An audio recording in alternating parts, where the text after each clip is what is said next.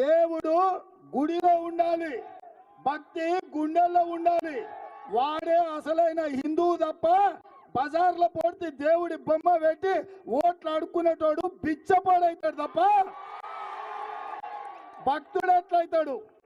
Bus స్టాండ్ల ముందు అప్పుడప్పుడు మనం చూస్తాం, పెద్ద స్తంభాలం పెట్టుకొని అయ్యప్ప బొమ్మ పెట్టుకొని, అయ్యా నా కాళ్ళు లేవు, నా చేతులు లేవు, నా కళ్ళు లేవు, దేవుణ్ణి చూసి బిచ్చమెయ్యి నేను బతుకుతా అని.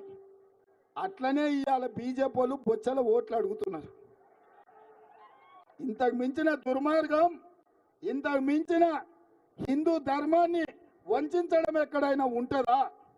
అందుకే మిత్రులారా, ఇవాళ మన ధర్మాన్ని కాపాడుకోవాలి, మన రైతులను ఆదుకోవాలి, మన పసుపు బొడ్డు తెచ్చుకోవాలి, మన చక్కెర పరిశ్రమ తెరుచుకోవాలి అంటే పెద్దలు జీవనన్న గెలవాలి. మాకందరికి పెద్దన్న